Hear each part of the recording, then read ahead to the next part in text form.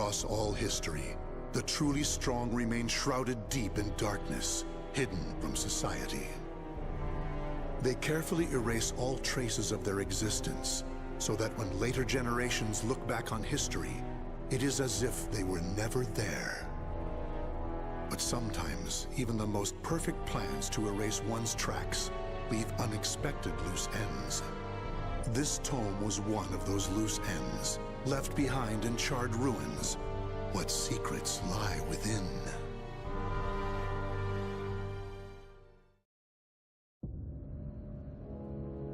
Zasalamel created me. A banal way to begin a tome, but writing down one's own history in a book is strange enough to begin with. I began writing this as an indulgent pastime, so I may as well enjoy myself. Now, about the cursed sword known as Soul Edge. I intend to record its secrets in this very tome. However, I must exercise caution. A fitting end awaits all who seek the cursed sword. Some may laugh and call this an exaggeration. Should anyone who has held that sword ever read this tome, though, I'm certain they'll agree with me. The origin of Soul Edge is a mystery. Legend says it was once an ordinary sword, void of any power. But after fighting on countless battlefields, it gathered a great deal of negative power, until a curse fell upon it. That much is true. All who took Soul Edge in their hands became slaves to the blade, murdering until they bled their last drop of blood. That is why so few know of it, despite its appearances time and time again throughout history. Until, that is, an age long past, when there appeared a man with a mind powerful enough to resist the sword's control. He was known as the Hero King.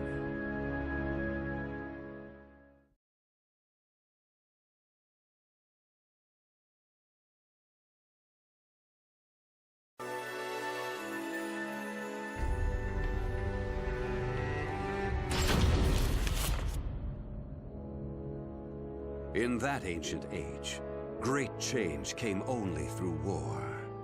Thus, controlling Soul Edge meant ruling the world.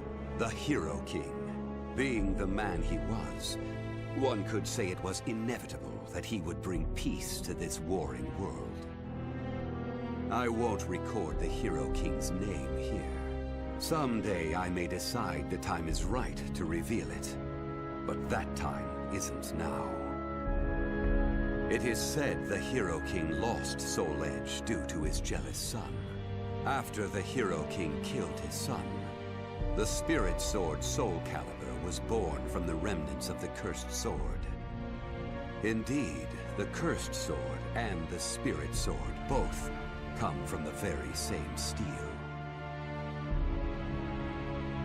While the name Soul Edge is known to a select few, the name Soulcalibur is known to almost no one. There is a reason the spirit sword was never revealed to the world. Some say the Hero King created the spirit sword, but the truth is that the Hero King risked his life and failed. Those who would carry on the dead king's wish and perfect Soulcalibur were to come later. They were known as the guardians of the spirit sword. Like a thief in the night, they took the spirit sword and withdrew into the dark recesses of history. They told others of the Hero King's spirit sword, and that they were going into hiding to both prevent Soulcalibur from being used for evil, and to prepare for the threat of Soul Edge.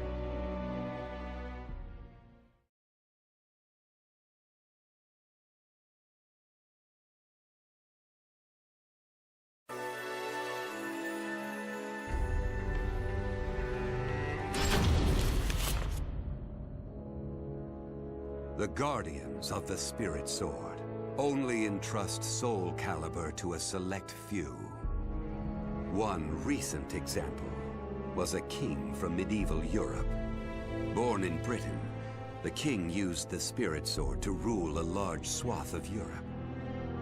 I'm skeptical as to whether the king ever truly existed. But assuming the tales are true, he was somehow connected with the Guardians of the Spirit Sword, from whom he received the blade. Also, it would be reasonable to assume the king fought with the one who possessed the cursed sword and won. After the king's death, though, no one knows what happened to the Spirit Sword. Perhaps we should assume it eventually found its way back to the Guardians of the Spirit Sword. But it should be noted that their power had dwindled greatly by that time. At the same time, there were those who awaited the second coming of the king. On the eve of the king's passing, a loyal knight set forth to find the Spirit Sword and restore the crown. That was the start of the secret society known as the Aval Organization. They hid themselves well for a considerably long period of time. Not even I learned of their inner workings until quite recently. Sworn to the late king, the Aval Organization sought the Spirit Sword and secretly assassinated all whom they deemed outsiders, those who were aligned with the Cursed Sword or did harm to humankind.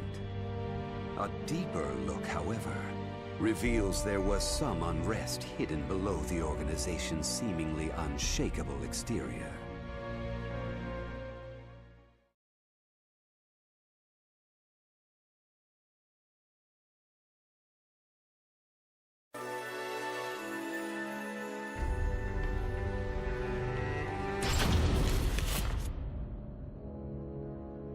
After slumbering in the shadows of history, Soul Edge was awakened by the pirate Cervantes de Leon. Cervantes attacked the ship of one who had won Soul Edge at an auction. He stole the cursed sword and became its puppet. Soul Edge changes its form depending on its wielder. When Cervantes took up the cursed sword, it transformed into 2 blades. And after nearly 30 years of slumber, it caused that terrible catastrophe. Cervantes and the cursed sword were defeated by a female warrior, and one of the blades was destroyed. Shattering without coming in contact with the Spirit Sword was a first for Soul Edge. Immediately afterwards, the evil seed occurred. The evil within Soul Edge was unleashed upon the entire world. Why did the evil seed occur? What havoc did it wreak where it landed? Not even I have any way of discerning this. But one thing is certain. Ever since that day, the cursed sword's malfested kin have been swiftly multiplying. What does it mean to be malfested? It's extremely hard to define, for the resulting phenomena are so varied. There are those who undergo monstrous transformations, while others look no different from ordinary humans at first glance. In addition to humans, some animals have experienced transformations as well. Common traits of the malfested include heightened fighting instincts and violent tendencies. Some become beasts, hungry only for slaughter, while others use strategy to entrap powerful foes. But they all slip into towns and cities, seeking blood under the cover of darkness. Sometime after the evil seed, the Azure Knight Nightmare appeared. Rumors said he possessed Soul Edge, and his string of indiscriminate murder seemed to agree with this. Personally, I was also interested in discovering this knight's true identity. I then received news that the Aval Organization had encountered him and were defeated. It intrigued me that there seemed to be someone in their organization deeply interested in the evil seed.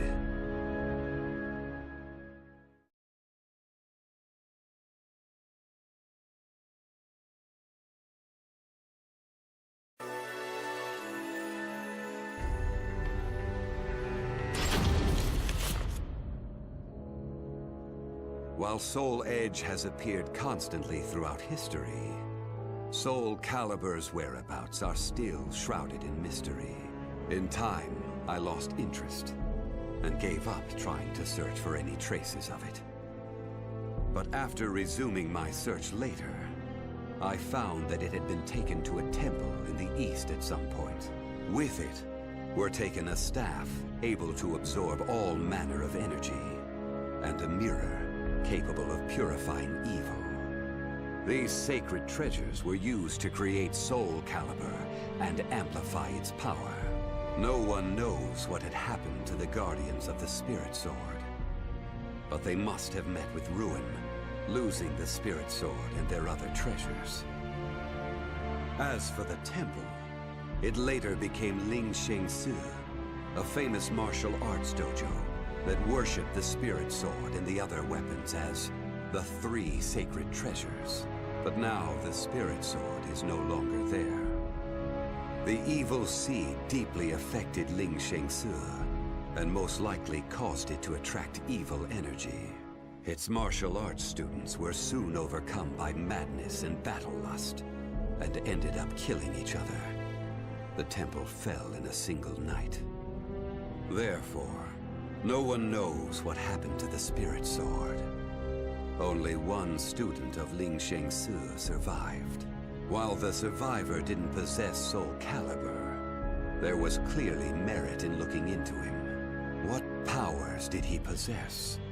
What could he accomplish? I was deeply intrigued.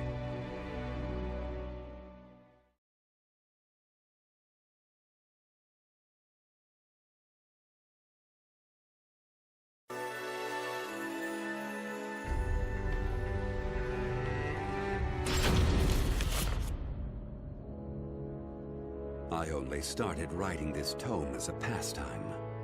But in order to give it a clear perspective, I must reveal my identity. I was once one of the Guardians of the Spirit Sword. The precepts of the Guardians were very strict, one of which stated no Guardian may ever touch Soulcalibur. But in my younger days, I failed to properly suppress my urges. When the others discovered my designs, they broke my arms and banished me. Amid my despair, I searched for a way to survive. What I discovered was the art of reincarnation.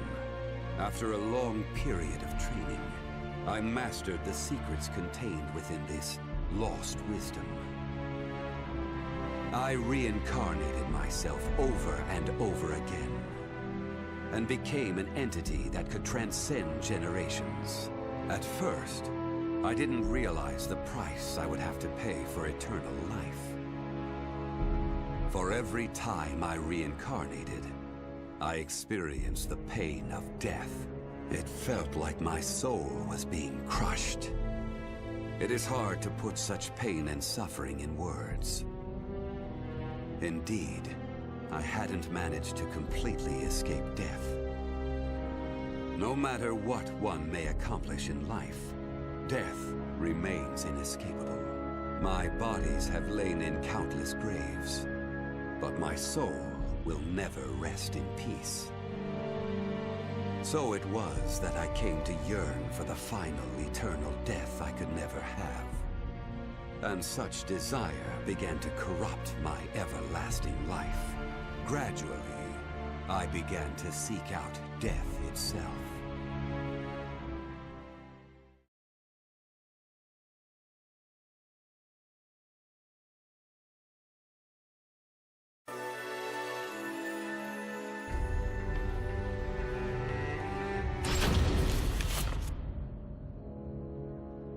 That was 1,000 years ago.